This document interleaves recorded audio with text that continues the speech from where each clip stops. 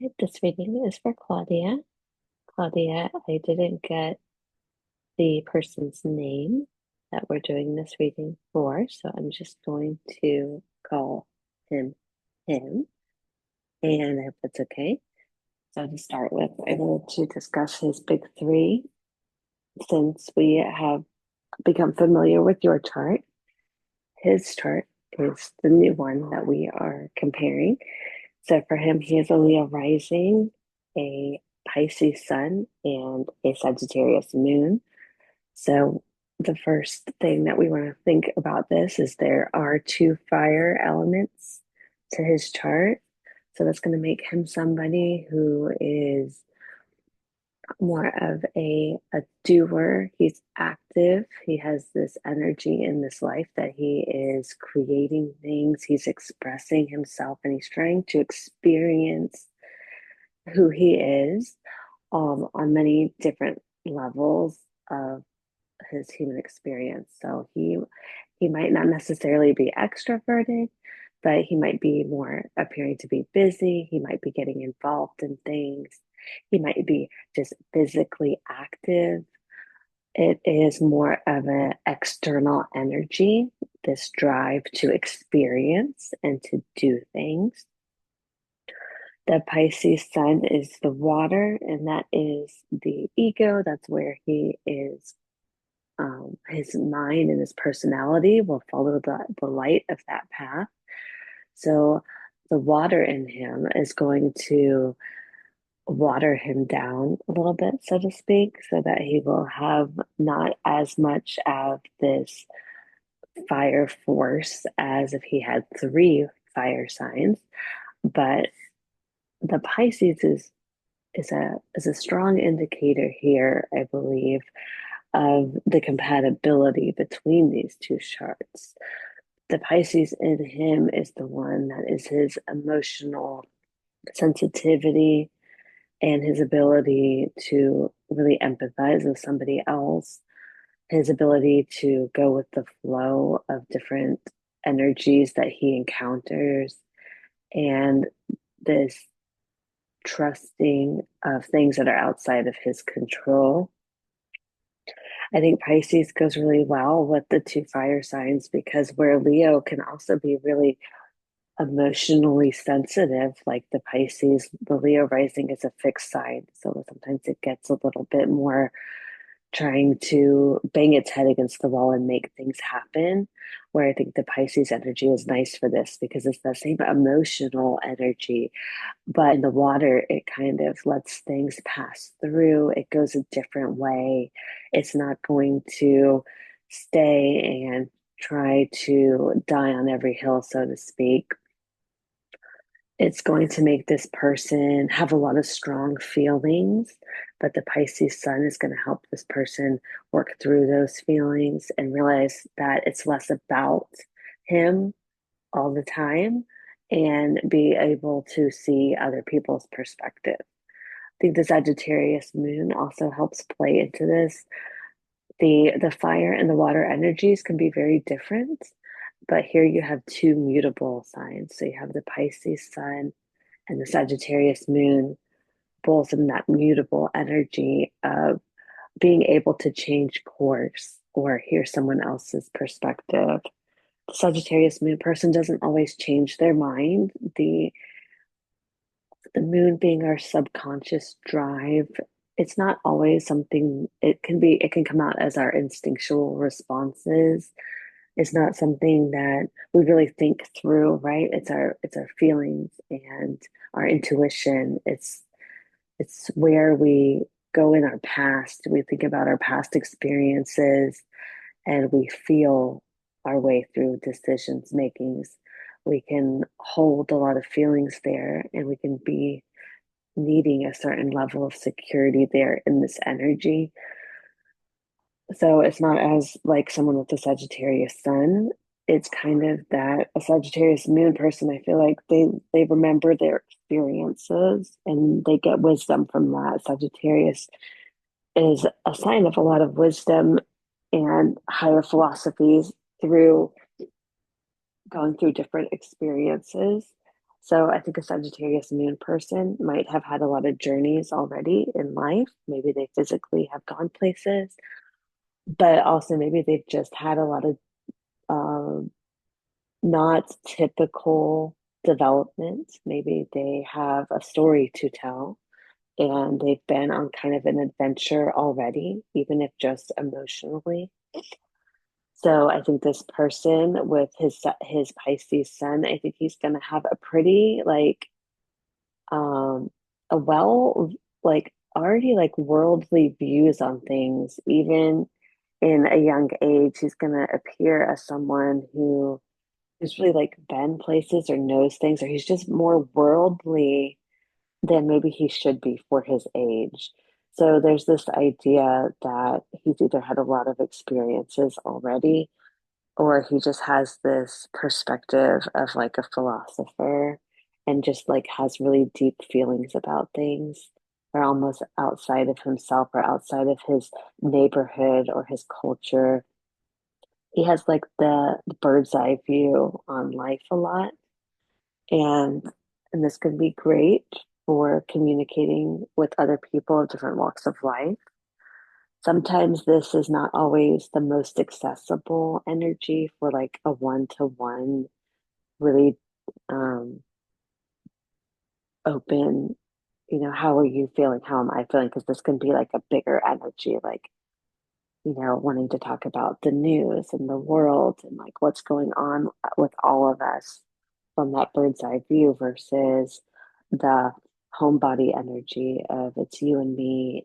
And let's think about, our everyday, dinner and jobs. Like that's not always where this energy is. This kind of energy that he has is a lot zoomed out. It's a big picture kind of energy. So that can be um, really inspiring to other people. And with that Leo rising, he might be very charismatic, or there's something about his personality that's very like entertaining. He might be pretty funny with the Leo rising person. They can't help but like be entertaining, even when they try not to be. They just kind of say things that are funny. And this reminds me of the um, the aspect that you both have here. Anything that touches the ascendant is always interesting. It always like throws something out. This is like a meaningful connection. So I always look to that first. And you have um, his Uranus is conjunct your ascendant. So Uranus is this planet of spontaneity and innovation and sometimes chaos. But I think when his Uranus is sitting on your ascendant, this is like a relationship that is exciting to you. And he brings like this level of excitement. There's like a buzz around him. Like you want to know what he's going to say next, or you're watching what he's going to do next, because maybe he's not super predictable. The with the Leo rising already kind of catching attention, and then two mutable Pisces and Sagittarius, I could see him being somebody who maybe you don't know what he's going to do. Maybe he has like this energy, like I had talked about with that like otherworldly or higher knowledge energy, that it makes him do things that other people don't do. He's not really stuck in the everyday mentality. He's thinking about his future, or he's just wondering about what people are doing on the other side of the world, or why things are happening at all, and what he wants to do differently. And he's like a breath of fresh air to you, because you also, you with your new Pisces moon, that 0 degree moon, you're just kind of like, you're up for it. You're like, okay, yeah, shake this up. Pisces is always waiting to like get the energy. They feel the energy first. So with this Uranus contact to your ascendant, you feel the electricity in him probably before other people do. You're so sensitive to other people's energies that you're probably like, wow, like he's special, he's different, he's exciting. Like I want to be around that energy. It's a whole different feeling. And your sun and your moon, so his sun and your moon are almost exactly conjunct here. And I pulled his first, so it looks like it's the seventh house here. But if I was to put yours first, it would be like a first 12th house energy. I kind of like it in the seventh house because I feel like that talks more about his whole deal because naturally he has the seventh house pretty lit up. And for the sake of a synastry reading, I think it makes more sense to look at it that way. Could flip it back the other way, but we're already pretty familiar with your 12th house energy. So I feel like this way looks the better. But they say the same things no matter which way. So the houses don't always mean so much. It's more about the ascendant lines, what's Saturn doing. Um, but your sun and your moon are so important to the individual so that when you pull them together as the chart is talking to each other, this is important too. He embodies his sun. He aligns himself to the energy of Pisces, and that is where the light is shining in his chart. And that is a new experience for you in this life with this Pisces moon of this deep, like psychic ability, the feeling of the energy, the trying to heal and cleanse energy. And they're really trying to get to these soul level connections.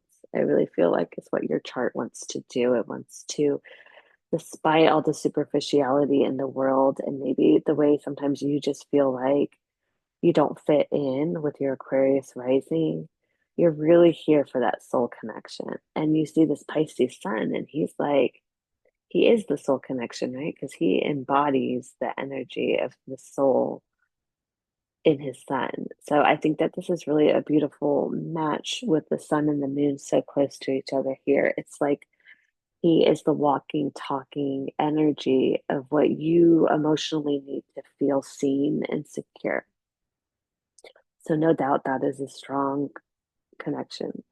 And in in Pisces, I like that too. It's kind of like the energy of maybe we can't control everything that's happening in our lives, and maybe there's things that are already kind of like unmanageable about things.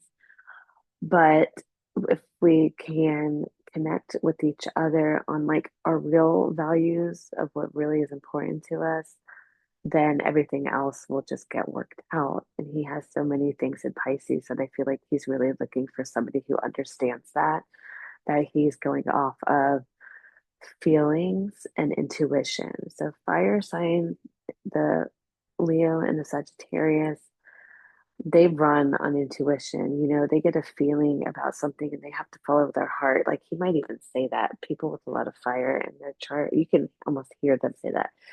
Like, I just knew what I had to do. I just felt this way. My heart was telling me. I always trust my heart. Like they have this deep sense of inner knowing that when they get an intuition, they can just follow it. And even if it blows up in their face, like they're always going to trust that because it's true to who they are. And fire signs need to be authentic all the time. Like they're not here to make other people feel more comfortable. They're here to really live their truth. So sometimes that gets them in trouble, but sometimes that really makes them seem so bold and fearless. But really, they have no other choice. Like it is their DNA to be true to themselves. And I think a Pisces moon person really gets that. Like, wow, that's so cool because you actually know who you are and you follow that. And even if on paper that's not always leading, it's not always the best decisions, you know, in hindsight. I like that this is a person who really knows who they are and they follow that and they trust that because Pisces is very like this divine trust. You know, Jupiter's the co-ruler here, and Jupiter is the planet of generosity and you know, luck in lesser terms. You can trust that things are going to work out. So people with the Pisces placements, they kind of know that. Like, I don't have to overthink everything. Maybe there's something out there that's helping me. And all I have to do is be honest and do what my heart is saying. And I feel like he lives by that. And you respect that with your Pisces moon. So you guys are speaking the same language a lot. So I think those are very strong things already. But if we're going to look more at just like the synastry. Let's see what some of the aspects are doing here. You have, a chart with two potential lovers. You want to see, well, what's Venus doing? Or is Venus talking to anybody?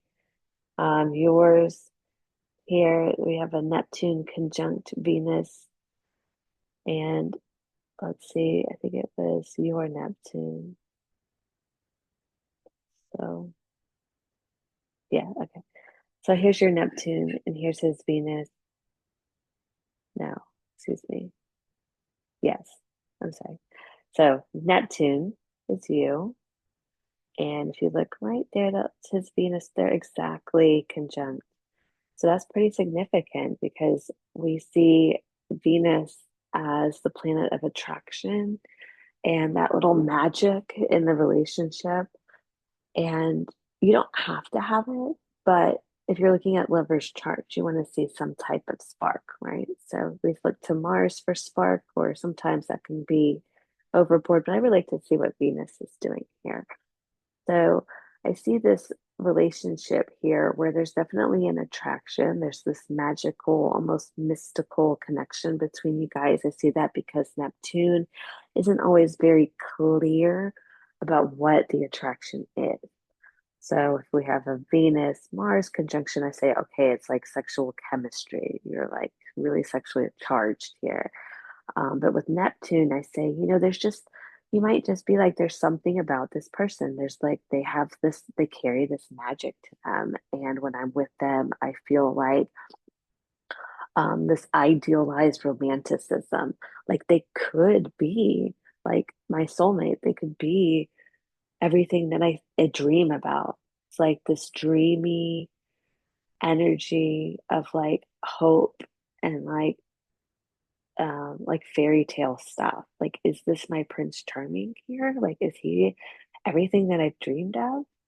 So that's like a really exciting feeling to get because, most of everyday life is not a fairy tale. And so it's really fun when you have met someone who might like stir that up in you. Like, I've had daydreams about someone like this. Like, this could be everything. Um, the the obvious part of that is that it's not super based in reality. Sometimes there's an energy here of like not being able to see. So sometimes the Neptune person feels blinded by like this infatuation of this person, and they can't be told anything else. So if Neptune person decides Venus person is Prince Charming, then even if A, B, and C comes up with things that are like red flags, then the Neptune person's not going to see it or they're going to rationalize it. This Neptune Venus energy can be a lot about rationalizing to make proof for this fantasy to hold up. So sometimes people with this placement, um, sometimes one person thinks that the other person is really into them and they're not because they smiled at them a certain way or they spent time or they went out to lunch and the person can think, oh wow, like this person, this is it, like we're really connecting. But then the other person can be like, I'm just really nice to everyone. And there can be like this disillusionment of, oh no, like I thought we had something like, but it was really just like a fantasy that the person couldn't really keep in reality and kind of ran away with this daydream. So, or it could be that they really are together and um, there's just confusion. Maybe both people aren't really seeing each other for who they are. And there comes a time when the honeymoon phase ends and reality sets in. And it's kind of just like this disillusionment of, oh, that is not the person that I thought it was. I really like got caught up in this idea of who he was, but like actually he's showing me that that's not really who he is. So it can just be a lot of like romanticism here and both people kind of projecting their ideal person onto the other person. So you just have to be careful for that. Um, but it's a beautiful energy. There's a lot of beauty that comes from this, and there is a lot of romantic ideals that come from this. So it is a feel good energy here. You both feel something like this romantic idea of each other, and that is real. You do really feel that way. The key with this one is just to make sure that you're not getting carried away. Um, you're not just like having tunnel vision. You actually the challenge for this aspect here is to actually find out like, okay, they're not perfect and they're not Prince Charming, but like that's okay. Like I don't have to throw the whole man out because he's not perfect. When I find out that he is human, I can brace myself, I can prepare myself for that. I can realize that, hey, that's okay because he still has a lot of good qualities too. Sometimes the fallout with this aspect is that the person that thought the person was this perfect person can't handle that they're not, and you find out that this I'm really talking to you, Claudia, because it's usually the Neptune person who projects like this perfect boyfriend idea onto the Venus person. So it would be up to you then to realize like eventually when he's not perfect, are you just in love with the idea of being in love with the perfect guy? That's your standard of romanticism. If he's not going to be that, is it just not worth it? You're really looking for your soulmate. And if he's not going to live up to exactly what you have in your fantasy, then are you going to get rid of him? Or is that going to be okay? So you just have to ask yourself that. And we're swimming in Pisces energy in these two charts. So Neptune is just like glowing here. The other co-ruler of Pisces is Neptune. And I think both of you might find this being a theme in your lives, that the fantasy that you live almost becomes a reality to you in your mind. And that when actual reality sets in, there is disenchantment and sometimes like this depressive feeling that comes because you have so much beauty in your mind and you have like these really high ideals and like this creative mind that sometimes reality just kind of sucks. And he might feel that way too. And you guys could actually bond over that. Like, stay in bed all day and just daydream about perfect worlds and things like that, or just like live in this fantasy and that be your reality, and that's fine. But just be aware of it. Be aware, like, sometimes you both might tend to build up other people before you see that isn't actually it. Like there's more going on to that. So just be careful of your both. You both might project your ideals of the perfect person onto other people and then feel like you got duped. But really, really, they were showing you who they were the whole time. You just couldn't see it. You were just stuck in what you wanted to see in them. And that's kind of a lot of the themes here with both of you. But I think specifically in this relationship, it's you, Claudia. Make sure that you're seeing him for who he really is, and and not just who you want him to be. So we'll move on to a different one now. So let's see his. So that was his Venus, your Neptune. I think. Let's see. I saw the some Mars things, but let's look here. Let's look at there's a Saturn squaring the moon. So where's your Saturn? I think it was you squaring his moon. Yeah. So when we see Saturn square things in our birth charts, we're like, oh boy, oh no. In a synastry chart, it's different because we always look for Saturn. In the synastry chart, we want to know Saturn brings the glue to relationships. It's like our long-term potentials. So for you, I think this is a good thing. A square, in my opinion, isn't a bad thing. And it should, bad is not the right word anyways. It's never a bad thing, but like a challenge. In the synastry chart, I don't feel that way. I feel like we're looking for Saturn to stick somewhere. And it is. So that's good. Your Saturn to his Sagittarius moon here is a nice thing to see because it shows me that you're someone that he's going to see that he could really like depend on and he could see himself with. And your Saturn in this way of the charts being together is like the little anchor here to his seventh house.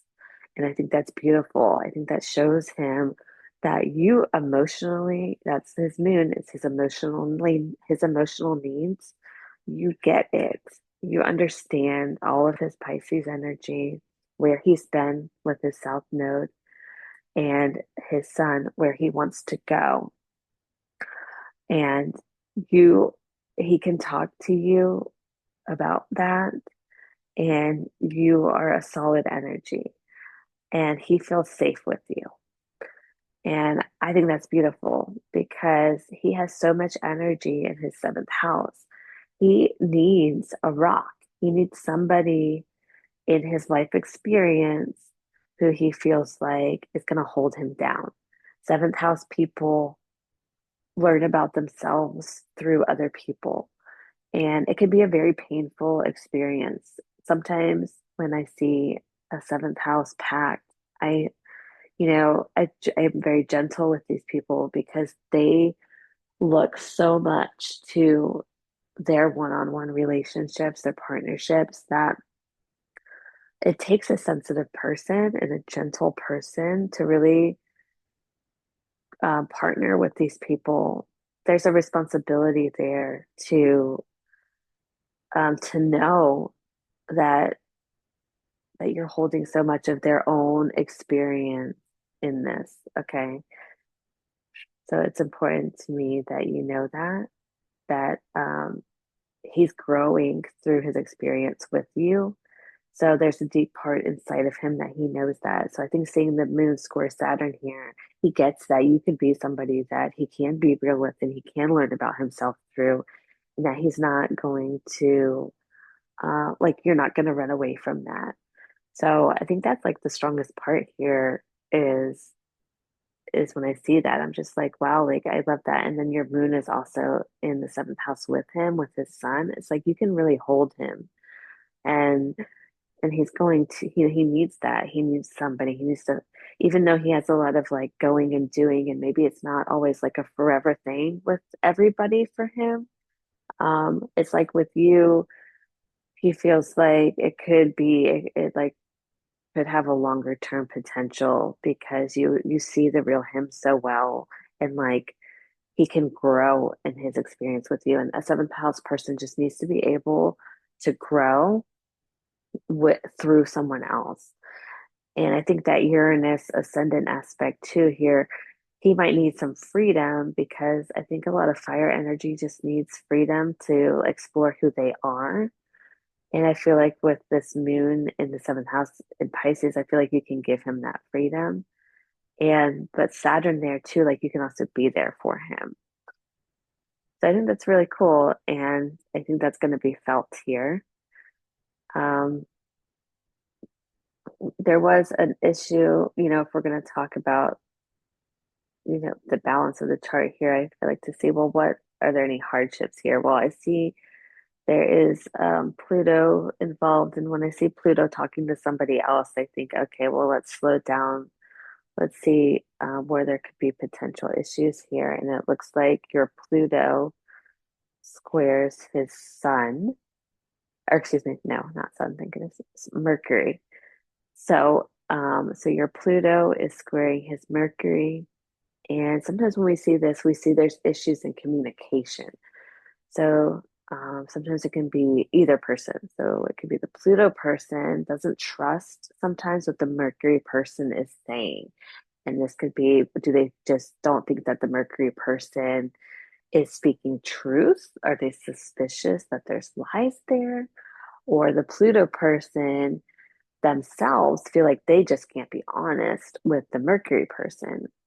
Do you feel like you don't want to really tell this person all your feelings? Is there some kind of block on your side? Do you think that it's going to scare this person? Do you feel like you're going to lose some kind of control you have over this person if you speak your truth?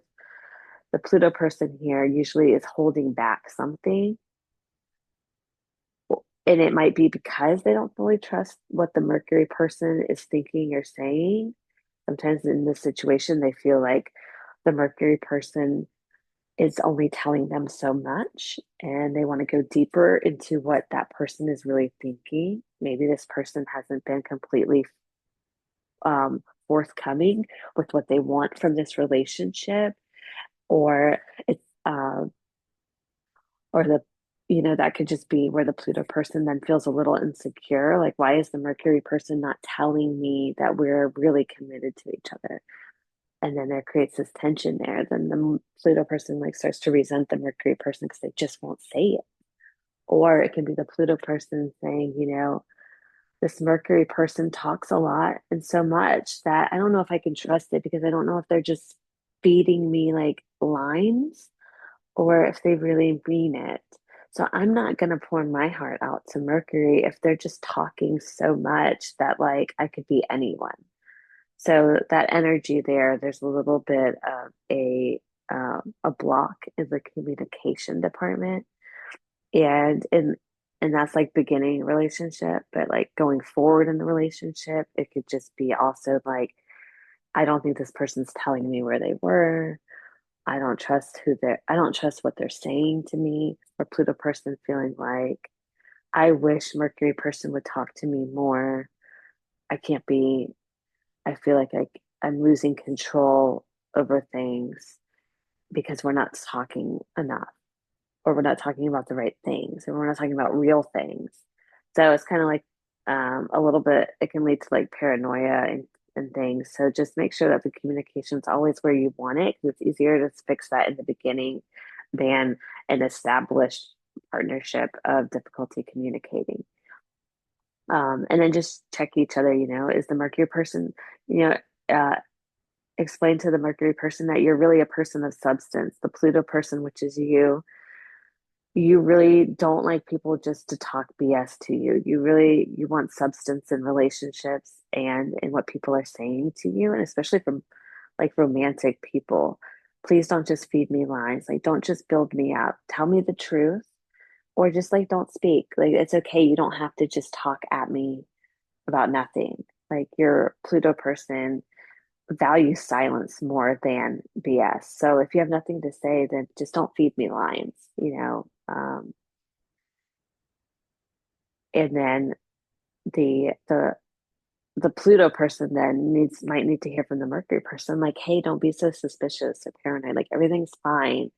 Um, even saying that, I just see this like gaslighting going on. So just be careful of that because the Mercury person here has the upper hand that the Pluto person is already going to be sort of like maybe like holding back or suspicious or like something just feels like they don't have like the power that they want. And the Mercury person, you just want to be careful that they're not like messing with that. There's just when Pluto gets involved with these inner planets, sometimes there's just tendency for someone trying to control something, or there just being miscommunications with this when it's Mercury, and then somebody getting like their feelings hurt, and you don't. I could see the Pluto person just being told like, "Oh, you're making a big deal," like the gaslighting stuff. And then I can see the Pluto person just being so overly like, um, you know, not trusting things when there's no need for that. So just make sure the communication is open. I think that's my best advice for both of you. If you're thinking about something, just say it. Don't hold back, just say it like, hey, I think you lied to me, or I don't know that that's the truth. Can you please explain that better? Or what do you really mean? Those are good questions to ask each other in this relationship.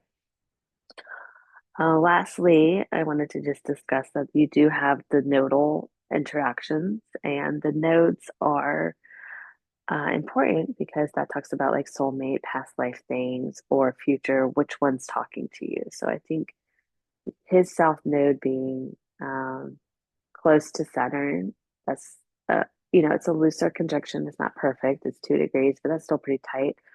I think that he feels safe with you, his path. He can trust you with that. And I think he feels like uh, this like safety of who he is now and who he was. Like you're not judging that, and that's great. And he can trust you. So he feels like this really like connection on a soul level to you. And but even more powerfully is your North Node is squaring his ascendant. And so this is like a North Node, like where you're going in life, squaring his ascendant. So like again, I don't feel like the square here, it's not so much that it's a square, it's that it's talking to his ascendant. And it's saying, when that happens, it's just a very strong pull, like this is a purposeful meaning relationship. So your North Node is down here, his ascendant is over here. It's a 0 degree perfect square here. There's something about him that you have really been drawn to. He really inspires you to like go for your dreams, or he's really like, his energy is something that you want to have. Like your soul level is saying, like, I like the way he does things. Like, I want to go there too. And he's very inspiring to you. And it's like he can help you grow. Like you can see yourself being with him for a while and like turning into like this person that your soul hopes to become in this natural growth that we do. You can see him there with you. So I just really think that's cool because it's like he's got this and you've got this. So I feel like you both have this energy um that you can see each other's really being with each other. And sometimes, if you believe in that evolutionary astrology, it can signal that maybe you guys have done this before. Maybe you've already met him in a different life and there was stuff that you needed to do again in this life. Sometimes it doesn't always mean that it's a forever connection, but it's a deeply meaningful one. That either there was business that you guys didn't get done in the last life and that you're continuing to do in this one. Sometimes when it's just the south nodes talking, and that's what I believe, like, okay, something wasn't finished. There's something coming over from the past life that needs to be finished, resolved, get your closure and move on. But when the north nodes talk, it makes me think like, hey, but they might want to also be in this soul journey together in this life too. Maybe they had plans to finish something, but like together, not just end it and move on, but like grow their souls in this life together too. So I think that's cool. And I think I'll stop here. I think that's a lot for now, but let me know what you think and if you have questions. And I really enjoyed reading this. So thank you for your business.